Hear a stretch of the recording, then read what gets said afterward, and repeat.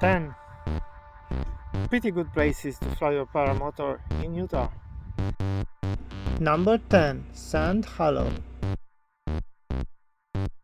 Sand Hollow is a little lake, a reservoir, situated in southern Utah, near St. George. The reservoir is inside the state park. Just take off from somewhere else.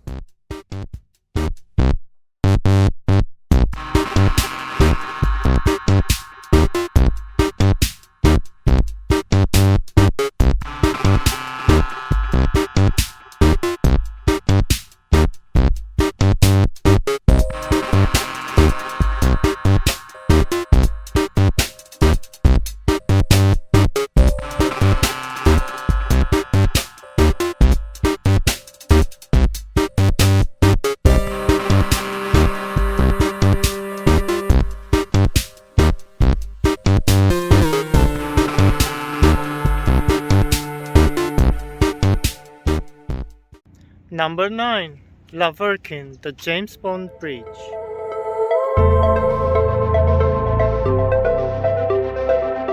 Verkin. Again, South Utah, near St. George, is the town of Verkin, and there is a bridge over Virgin River. This particular bridge was featured in one of the James Bond movies, when he actually flew a jet under the bridge.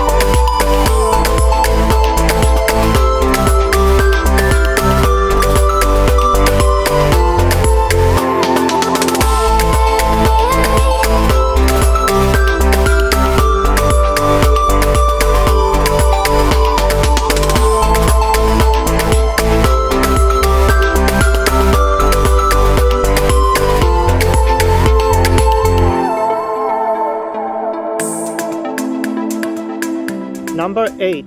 Zion National Park.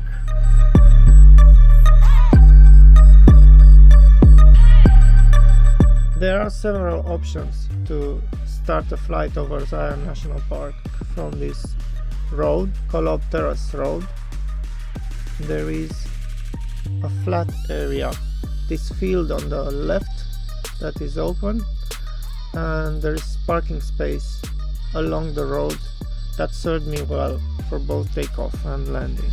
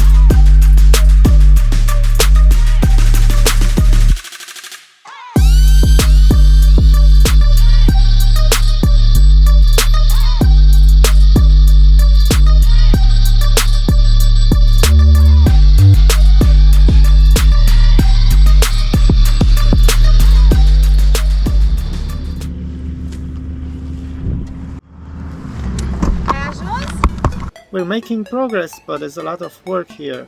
If you want to show your support, click that like button. So what's next? Number 7, Snow Canyon.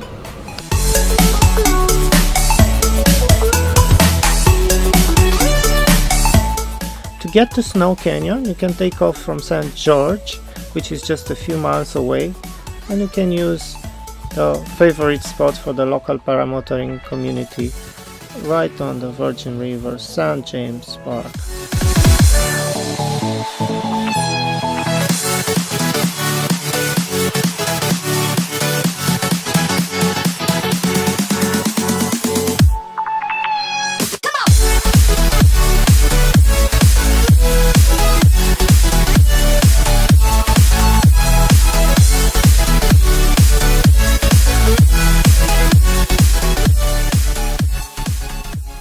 Number 6 on my list is Virgin River Gorge, which is some 20 miles away from St. George.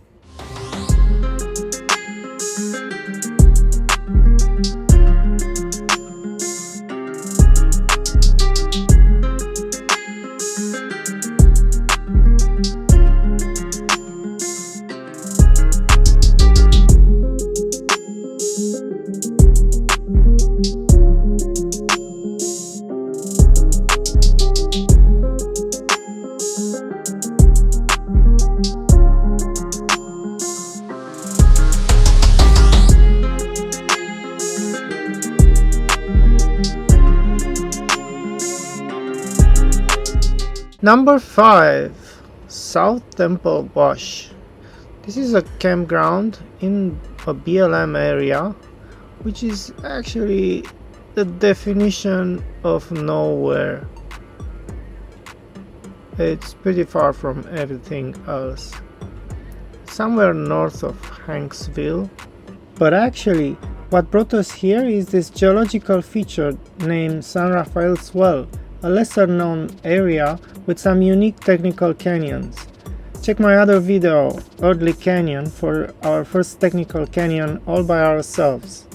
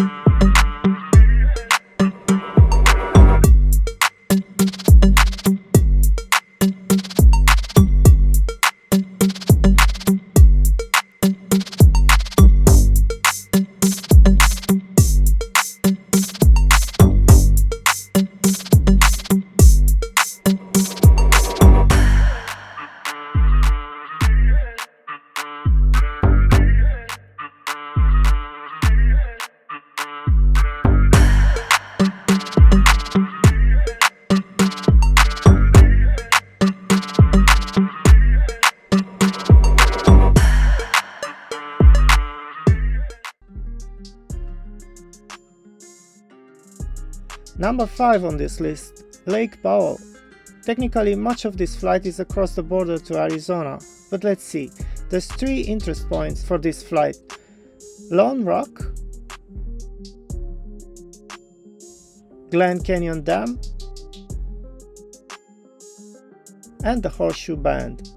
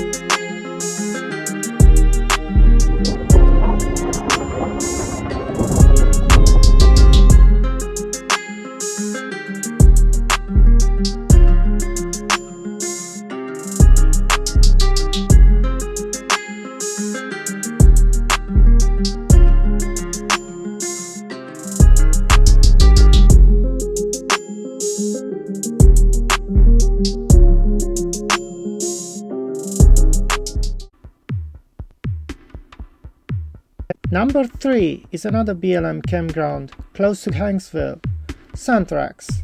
And again, it's canyons that brought us here, with the Leprechaun and Blarney. But it's a nice place to buzz your paramotor around. If it blows south from the valley, the wind will be trash. Just call it quits for the day.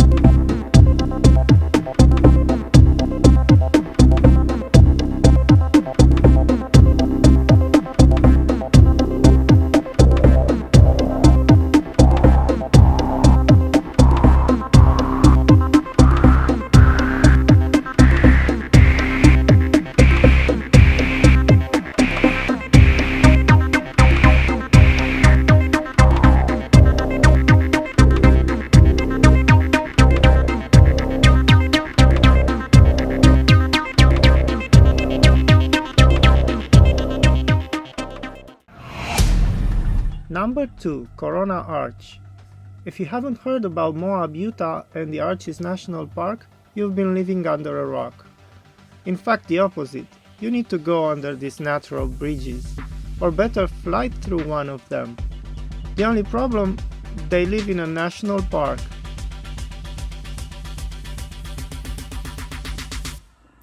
Except Corona Arch, which is currently flyable, and hopefully it stays that way.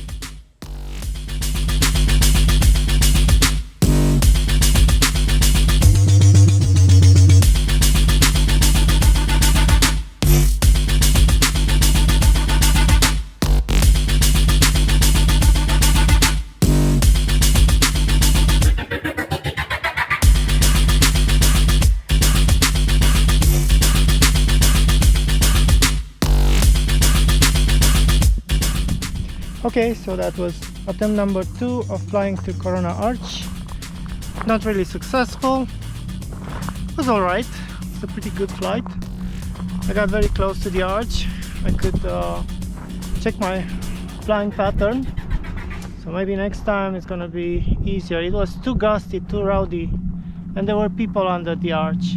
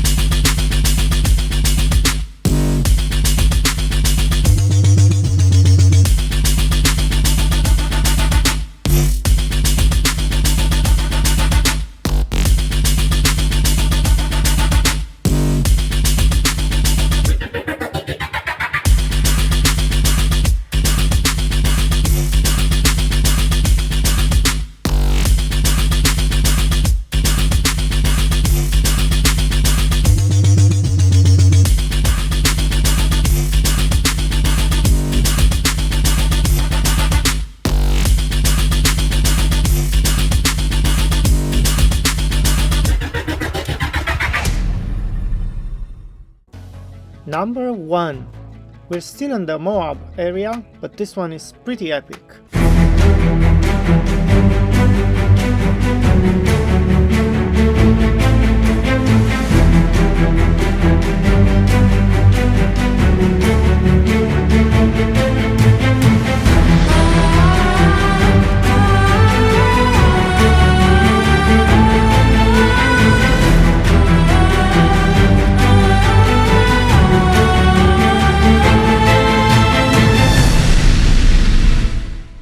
Fisher Towers. I can't even believe this place is flyable. It's not in a national park or something. And I had a great opportunity to fly with Reese. And he took some epic shots with me. I flew 2 days here. First day alone in the evening.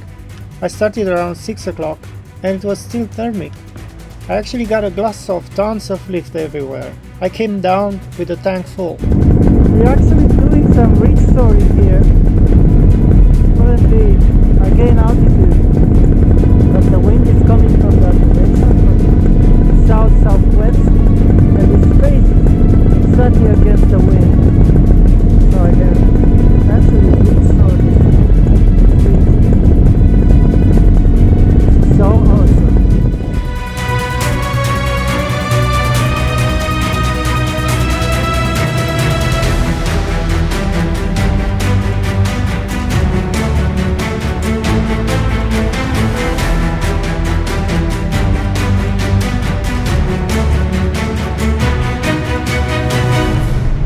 Then I met Reese. Right after I landed, out of nowhere he came and asked about paramotoring. We were so pumped. This place is rad. We'll have to fly again in the morning together. And so we did. So what do you think?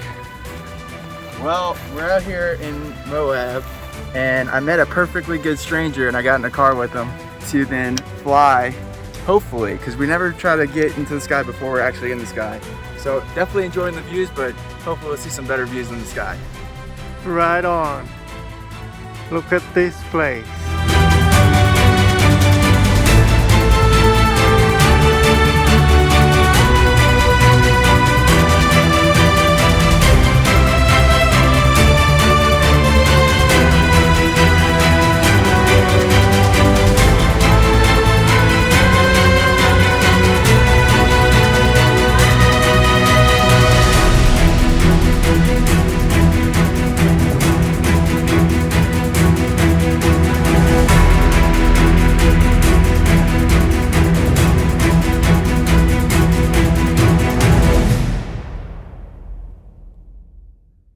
Was that dope or what?